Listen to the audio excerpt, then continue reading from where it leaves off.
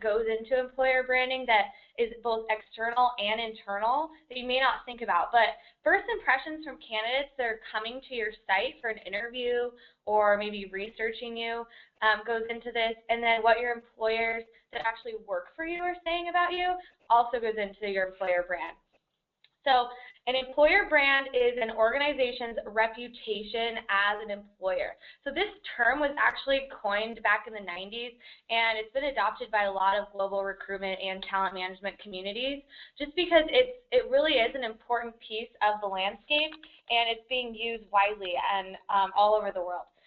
And employer branding isn't actually just for large companies, it's actually for smaller brands too. So that's really for smaller brands to focus on getting better reputation and getting more brand recognition. It's really important to make sure you're staying on top of your brand. But also big brands, you also need to be staying on top of this. You can't just set it and forget it. You could kind of wind up getting hurt if you do that. So you got to continue to nurture your brand, or else it could start getting stale. To those younger generations that might be coming through and are interested in doing different things in their careers. Okay, so on the screen you'll see the top 5 impacts to a strong employer brand. These are really important KPIs to measure yourself against as you're developing an employer brand strategy. So the good news is that 89% of job seekers say they find the employer perspective important when researching jobs in companies. And so that's pretty great for you, good news as an employer, that they're actually listening to what you have to say. They don't just care about what employees are saying, and they kind of want to hear from your side as well. But the not so good news is that this information isn't necessarily enough, and your career site doesn't have all the info they need a lot of times. So job seekers now are wanting to hear from hiring managers and recruiters, but they're also wanting to gain useful info that will help them determine if your company is the right fit. So they're going to other different sources. So what impacts a strong employer brand? You can see up here quality of your candidates. That's super important. People coming to your, let's say, your site are seeing if they are a quality fit for your company. So if you have a strong employer brand, you're probably going to get a higher quality candidate applying to your positions. Quantity of candidates, of course, important KPI to measure. If you're not getting very many people applying to your jobs, then your quantity is probably going to be lower and your brand is probably not as strong. Share of market is also important. And diversity of candidates who's coming to your page. Are you attracting the type of people that you want? And then operational performance.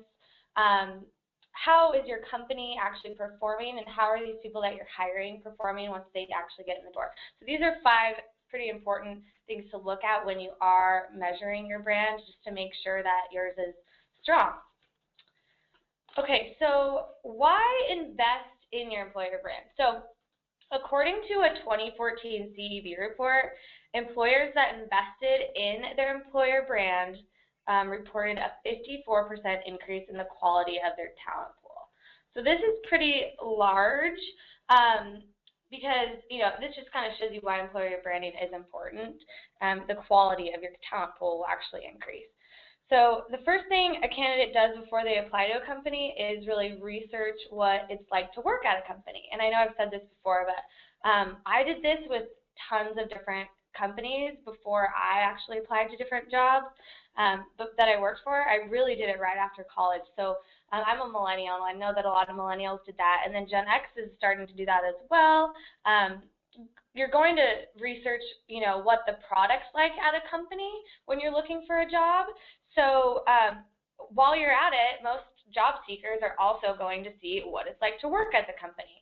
And I actually recommend, we had some of our clients do this. I recommend doing some Google searches on your company, on yourself, like working at your company. What are the salaries at your company? And put yourself in those candidates' shoes. And I would recommend seeing what's coming up and see how candidates are actually consuming the information that you have and what's popping up, and see if are you a company that you'd actually want to work for once you do those searches. Sometimes you might see, wow, this is really bad. And sometimes you might be like, okay, this is good, but we can improve. That's just something I recommend to a lot of our clients. Okay, so this stat might shock some of you. The most trusted source, we did a Harris Interactive survey in January 2012, and we found that the most trusted resource for learning about companies people find were family and friends, which is 52%, followed by feedback and reviews from other people who work at the company at 14%. And then the least trusted resources for learning about companies was a company's own website at 5% and a company recruiter at 2%. So really people are listening to family and friends, and they're looking at feedback. And like I said before, like if I'm going to go out and purchase an iPad or like new luggage or a purse or something like that, if I know that my friend or family has bought that in the past, I'll probably ask them like, how's the model? How's it working for you? Do you enjoy it? And that's not different for a job. If I know some family and friends that work at a certain company, I'm most likely going to be asking them what it's like to work there. Do you enjoy working there? And again, putting yourself in the candidate's shoes and then coming up with some of the main KPIs to make sure you really are measuring your brand is super important. Okay, so let's go over awareness and how to measure it. So this is kind of a really good place to start in my mind, and it doesn't just apply to Glassdoor, it's really anywhere your brand has a presence online. You want to make sure that people are aware of you. And I usually tell employers to benchmark their traffic at about 500 page views per month. And that's obviously going to depend on your size and depend on the industry that you're in, but it's a good place to start when you're measuring your traffic on all your different social sites. Check on Twitter, go on Facebook, LinkedIn, all the sources, Glassdoor, and your own career site, and see where your traffic lies. I would make that as kind of your benchmark to move as moving forward. And you can also kind of look further if you want, like see how many users are viewing job postings on their mobile phones, how many find your career page in a relevant keyword search on Google. Just kind of go into more detail, but really, and see how many people are actually clicking on different pages on your site. That's also a good thing to look at. If they're clicking on maybe something about internships, more people are clicking on that versus stuff about engineering, or they want to know more about benefits versus, you know, your location or your salary information. Make sure that you're investing money in the specific areas that those people are researching. Another important one is reputation. So if you don't manage your reputation right now, someone else will most likely be writing the story for you. And we say this a lot, but if you're not maintaining this and taking care of it, people are going to be talking about your brand in maybe a way that you don't want it to be spoken in. So that's why we recommend, you know, taking ownership of your page on Glassdoor, which is free.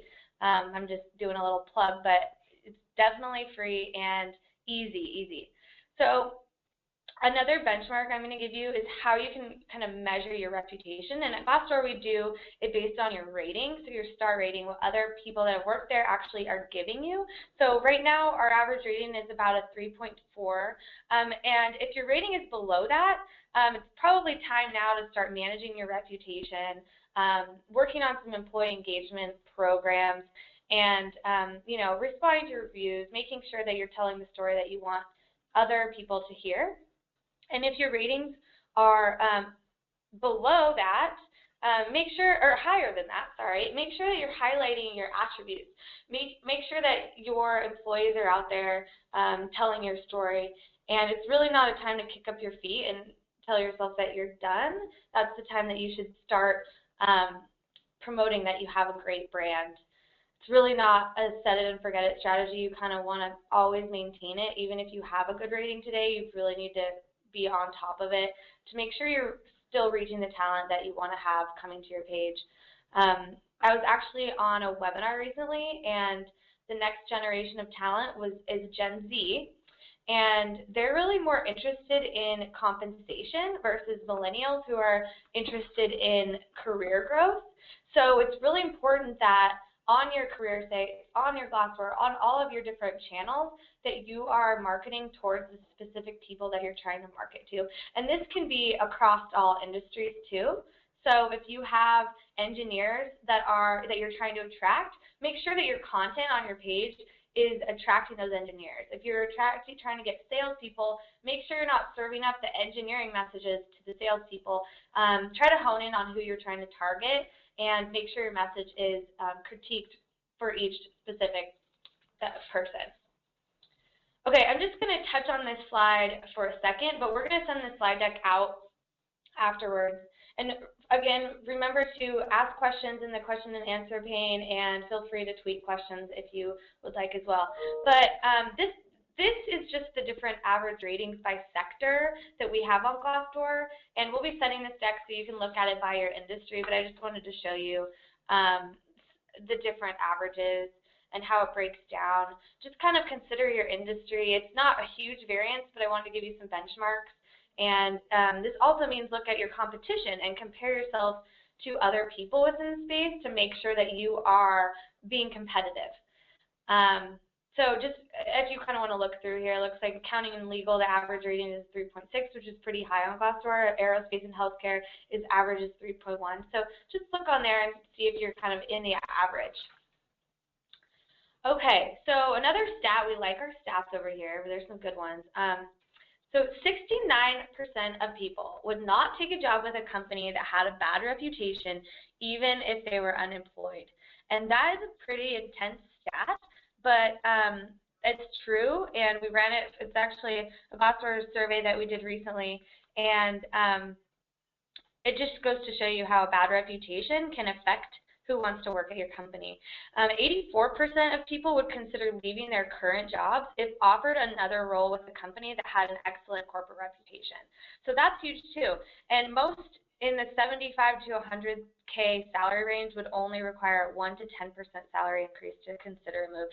And that's from a Legis Group Services study. So job applicants really right now have access to so much information about what it's like to work at companies than ever before.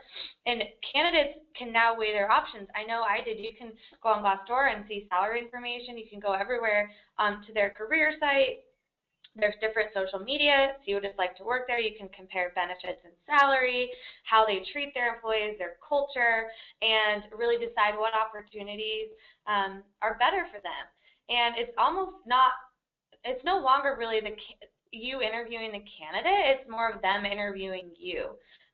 So now when top talent is coming in for an interview, you can really think about why your company is good for them. Maybe you can research the company they came from and see what their culture was at that company and offer up different things for them and tell them why your company is better in those specific areas if you're attracting the top talent.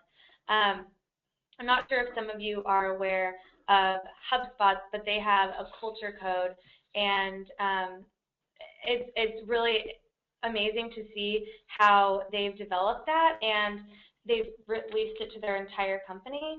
So that's something to think about too, is kind of having your key stakeholders get in a room and determine what they want their culture to be and kind of releasing that out to the company. Okay. So let's break this down even further. This is just a poor employer brand versus a strong employer brand.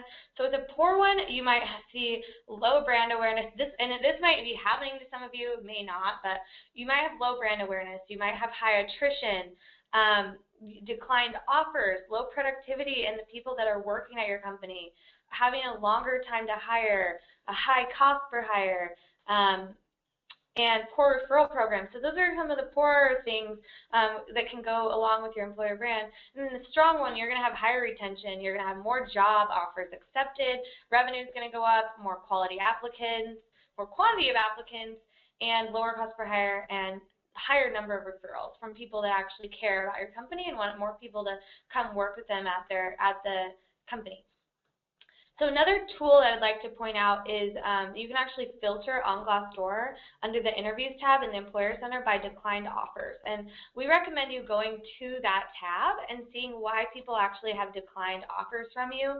That's important when you're kind of developing your employer branding strategy and seeing how poor employer brand can affect, you know, your attrition rate and who's actually coming to stay at your company and how you can improve.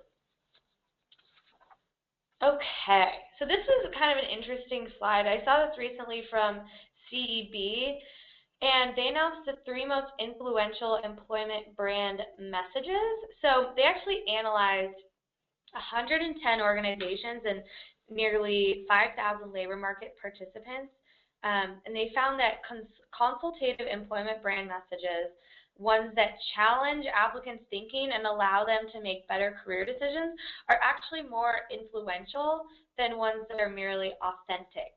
And so that really raised their applicant quality by almost 20%. So this is obviously a little more of an investment in time and resources, but we wanted to throw it in there just to get your brain thinking a little more. But really, it is important to compare yourself to other organizations and differentiate yourself in a clearly defined message. Also, emotionally resonate. This is key. Emotionally resonate with candidates. Connect with people's roles in the company and tie your mission to what their job is. I know at Glassdoor we have helping people find jobs in companies they love, and that's, for me, that's really important, and I'm passionate about that. So when I found out that about Glassdoor, it made me want to apply. Driving reflection related to fit in that industry and that position is also important. And sometimes, it's just tweaking that job description. Maybe if you tweak it a little bit in your message, you'll get a higher engagement. So I recommend testing that. We recommend to our clients to test that a bunch and see what works and what doesn't. And it's really all about how you're getting your brand out there and how you're making yourself appear to potential candidates.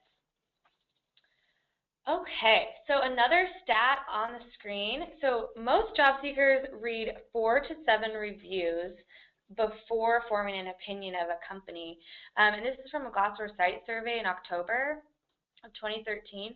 And typically what we see with our employers on Glassdoor is this is why I tell everyone to measure traffic to all the different channels, but Glassdoor traffic tends to be pretty high. So I would recommend you pulling up your traffic to your actual career site, traffic to your Glassdoor page, compare them, and also, compare them to your other traffic sources. When you type in those searches of working at a company on Google, you can even do it right now, working at blank, your company, or salaries at your company. I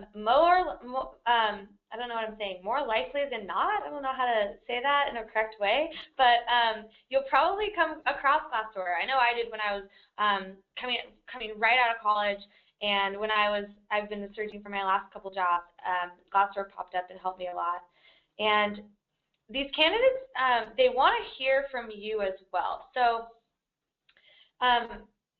most of the times on your page you'll have reviews. People will be leaving reviews, either past candidates or current employees. And if you aren't responding to these reviews and sharing your message, you're losing out on having that conversation.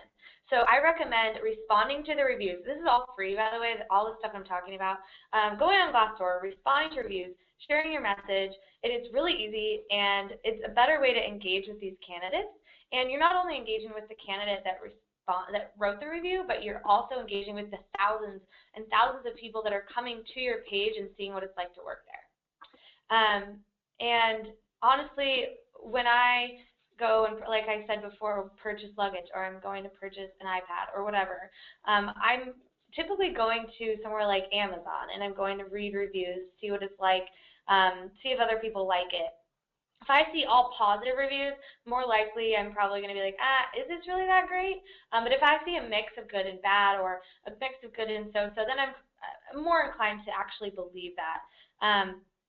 But that's kind of why reviews are important, and why responding to reviews is even more important. So let's go over a few. This is kind of site's going to build up a bit, but advantages to go over when you're building out your profile. And I'm just showing you Glassdoor, obviously, because I work at Glassdoor and understand it, but there's other places where you can be building out your brand, not just Glassdoor. But these are just some of the different areas that you have to leverage when you're sending your messages out to candidates. So we recently did a survey of our candidates that came to Glassdoor, and we asked them what matters most when they're looking up a company, when they're looking to see what it's like to work there. And 3 and 4, so 76% said that they want details on what makes the company an attractive place to work. 70% said they want details on compensation. 62% said they want details on benefits packages. 60% want to hear the company's mission, vision, and values. And 55% say they want basic information like number of employees, revenue, office locations, and competitors. And so as you can see on the screen, we have all these animations come in, and these are really kind of the main reasons to claim the page. And if competitors are able to advertise their jobs and initiatives on your page. And it looks like we have a question. Can you clarify forming an opinion after reading 4 to 7 reviews? Does that mean apply for a job or source 4 to 7 different messaging from sites before making an opinion from a company?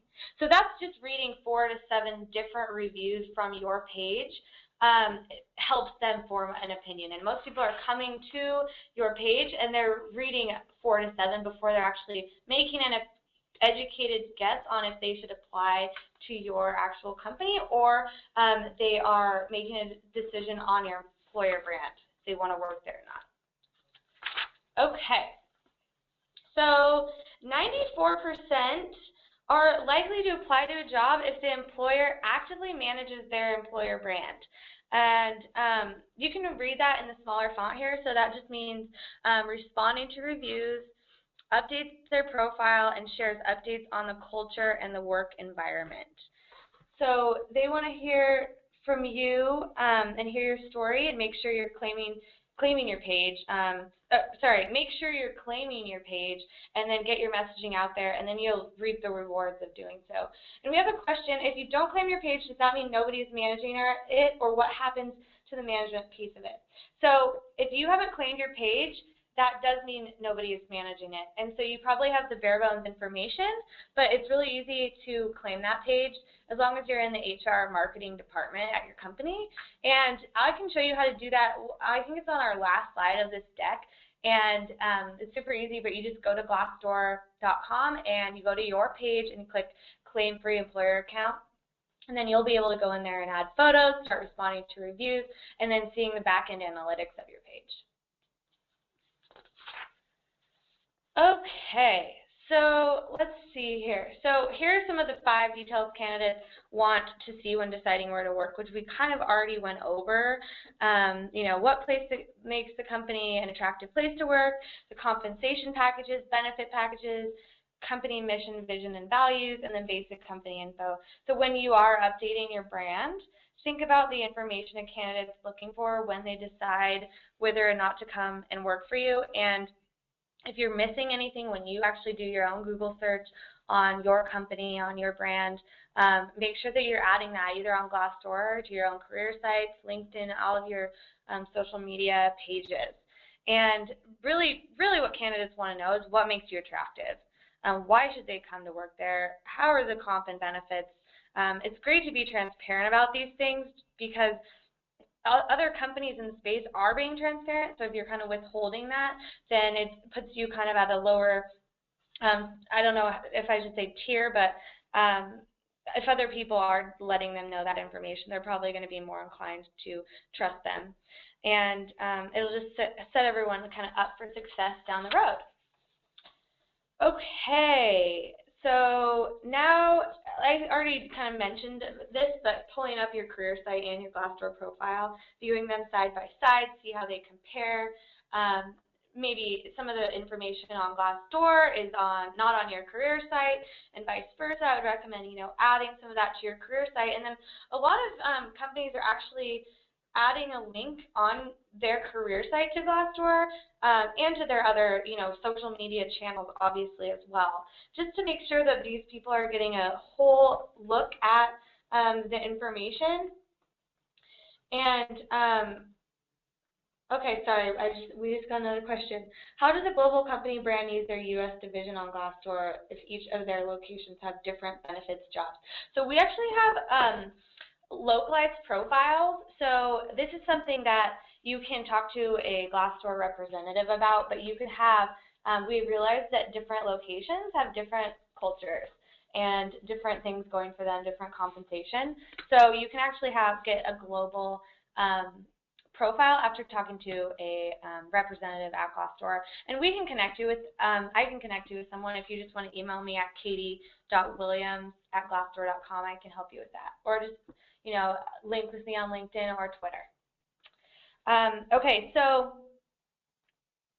this page just kind of shows you how job seekers can really get the holistic view. So they'll see like why work for us. You can have a why work for us page section where you can target engineers, you can target marketing professionals, sales professionals, give them different messages. Maybe you're trying to do an intern campaign, or you're hiring veterans, or you're going after millennials. You can do a ton of different things with the site. You can also add all of your social media, make sure you're linking it all up so it's all in a holistic view. And then the people coming to your page will be able to see company reviews, salary reports, benefits, and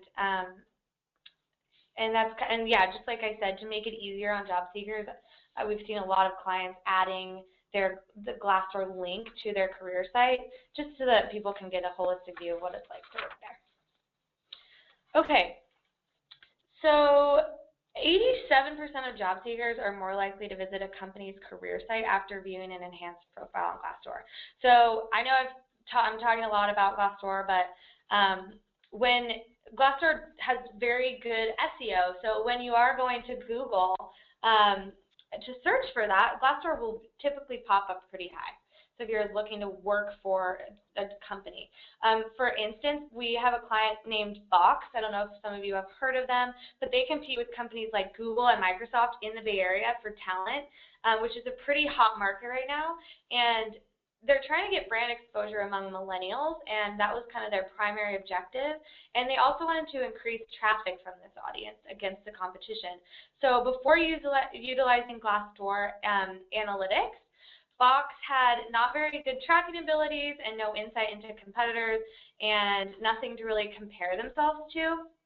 So they started working with Glassdoor, and they actually improved their company profile and launched marketing campaigns targeting candidates between the ages of 18 and 34. And within 30 days, traffic on Box's Glassdoor profile increased from 30,000 to 81,000 unique visitors, and 84 of those were millennials. So they saw traction with using Glassdoor and just building out their employer brand on there. So seeing which candidates are coming to your page versus the demographics of candidates going to your competitor page is huge, and that can kind of help you refine your recruitment strategy and really reach your target audience.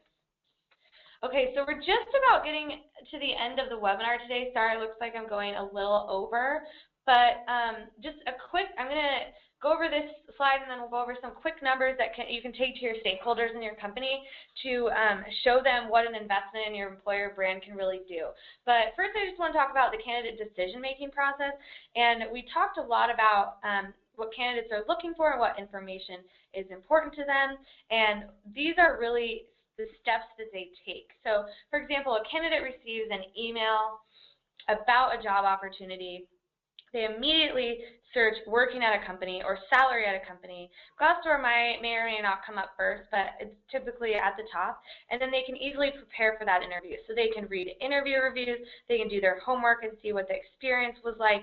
They can see who declined an offer, who didn't, who's interested and who wasn't, who was accepted and what they thought. And then they can get an offer and they can compare benefits and salary once hopefully the offer is made, and then they can kind of close the loop at the end if they get hired, and they can actually write a review on what it's like to work at the company. So that's kind of how the process works and how we work, and how employer branding is so important for these candidates. Okay, so I'm just going to run through these numbers and then open it up for some more Q&A, but feel free to type in your questions, and then it looks like we're kind of out of time, but feel free to follow me on Twitter, KTWilliams200. It sounds like a spaceship. My colleague said, I don't know why that's my name, but there we go. And so here's some numbers. These are some numbers based on some hires you might make throughout the year. And if you're a company that makes about 30 hires per year, I just pulled an average cost per hire from Burson by Deloitte. It's about $3,300 cost per hire. So yours might be a bit higher or lower depending on your company, but this is just how you can do the math and say, okay, we hired this many people this year, X amount of people, and this is what it cost, and this is the average cost per hire. And then according to Employer Branding Global Trends Study Report in May of 2014, recent stat, it says that you'll see 22% reduced recruitment fees with a good employer brand.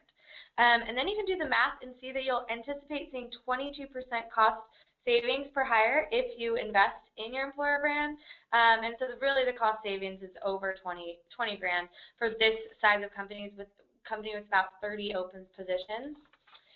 Moving to this other company with about 75 open positions, probably a little larger, you can see that the company sees about $200K in reduced recruitment fees and then ends with about $55K in total savings.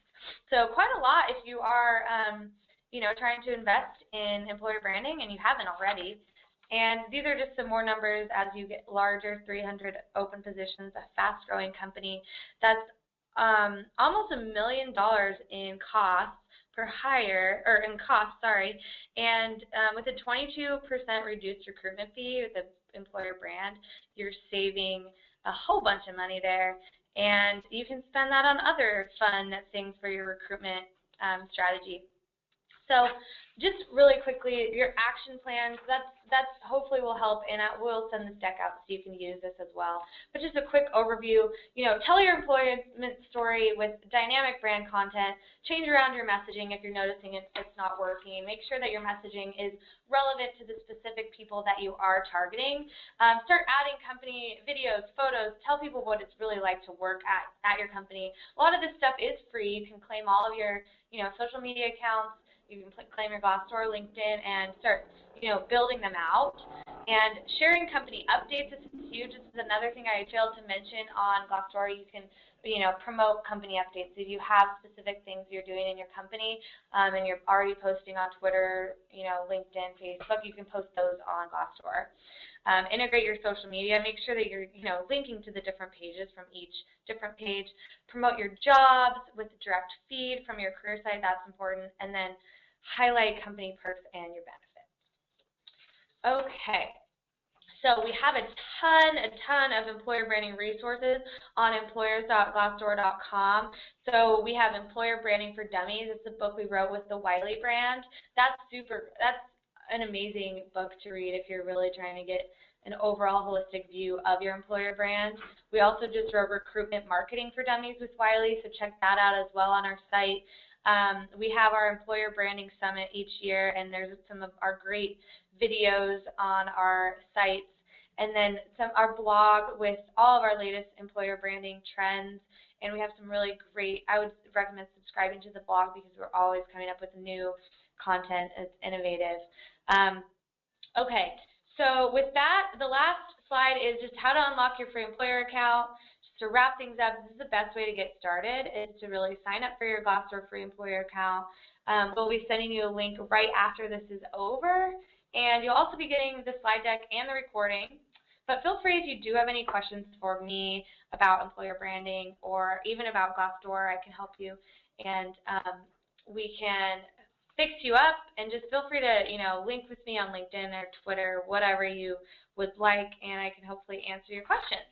And it looks like we have time for just a few questions. Well, we don't have time, but we're going to go over a little bit. So, Danielle. Wonderful. Great job, Katie. So we got a few questions coming in, and again, please feel free to submit more questions.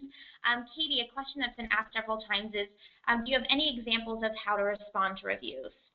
Yeah, so there's a ton of assets on our Glassdoor, employers.glassdoor.com, on how to respond to reviews, but just a quick little gist. Mainly we like to tell people to get someone that's in your company that's, director or above, or maybe even the hiring manager that hired that person or spoke with that person, respond.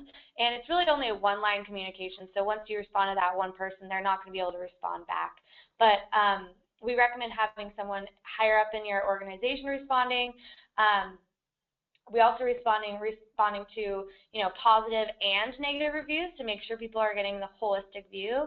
And I think that I recommend going on to our page and downloading the asset that just kind of tells you how to respond to reviews.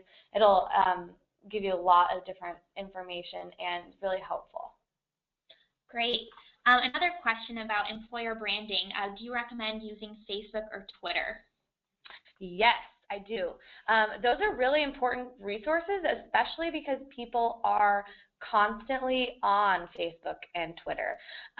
What we actually have at Glassdoor is an inside Glassdoor alias that we post what it's actually like to work here. So we have our alias for Glassdoor for employers. We have our alias for Glassdoor, but we also have the inside Glassdoor. And that's where we post what it's like to work here. We've made videos on what it's like to work in the different departments because we realize that working in different departments is not the same at every company. So posting photos, you know, telling the story of the employer brand, because a lot of people are following, would like to follow you on even Instagram we have. So yeah, I definitely recommend being on those different platforms. Wonderful. And then another person asked, how is the CEO rating formed?